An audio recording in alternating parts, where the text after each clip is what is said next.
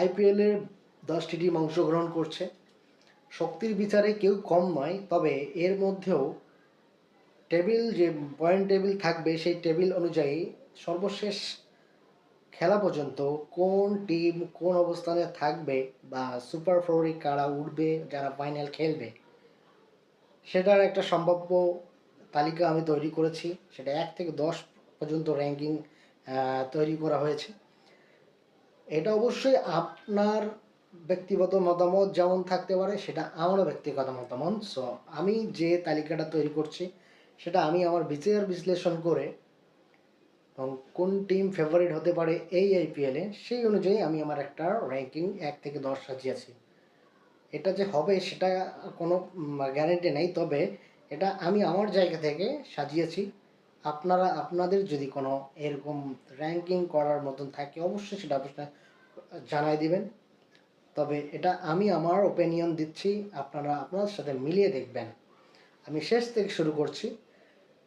10 নম্বর র্যাঙ্কিংয়ে আমি রেখেছি রাজস্থান রয়্যালসকে, কারণ রাজস্থান রয়্যালসের এই টিমটাকে মনে হয়েছে অপেক্ষাকৃত অন্য টিমের চাইতে কিছু দুর্বল। সো এই টিমটাকে আমি 10 নম্বরে রেখেছি। 9 নম্বরে রেখেছি গুজরাট টাইটেন্সকে। গুজরাট টাইটেন্স প্রথমবারেই এসেই তারা কাপ নিয়েছে, কিন্তু এই টিমটাকে মনে হচ্ছে যে অতটা কম্পিটিশনের দিক থেকে আমি আমার 9 নম্বরে এটা রেখেছি। 8 নম্বরে রেখেছি Lucknow super giant. Lucknow super জায়ান্টকে 8 নম্বর রেখেছি কারণ আমি আমার দিক থেকে যাচাই বাছাই করার পর অন্যান্য টিমের তুলনায় এবারের এই টিমটাকে 8 নম্বরে রেখেছি। 7 নম্বরে রয়েছে Delhi Capitals. Delhi Capitals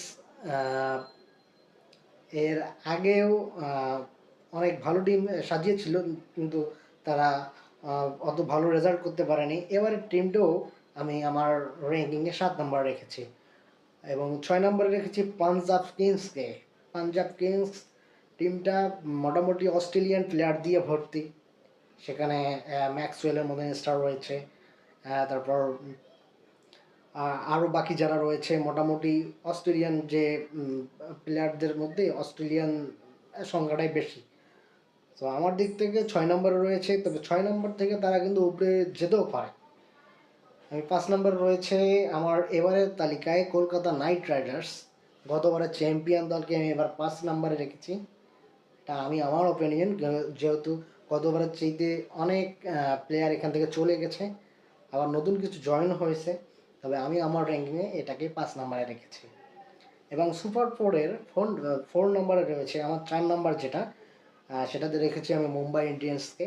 Mumbai Indians এবার ভালো করবে, গতবার যেটাই হয়েছে সেটার চেয়ে ভালো করবে। ট্রেন্ট বোল্ট এসছে, আরও যারা রয়েছে মোটামুটি এবার আমার তালিকায় আমি এটা 4 নম্বর র্যাঙ্কিংয়ে রেখেছি।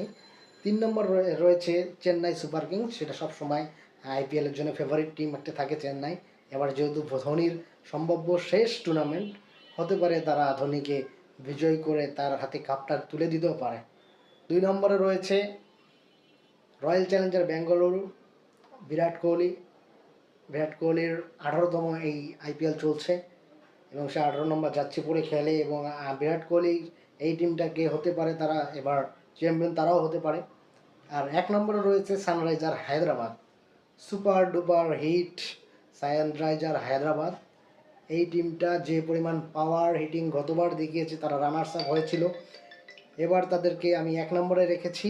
এবার তারা তাদের শিরোপা নিতেও পারে, সেই দিক থেকে ফেভারিটের তালিকায় র্যাঙ্কিংয়ে 1 নম্বরে রয়েছে সানরাইজার হায়দ্রাবাদ।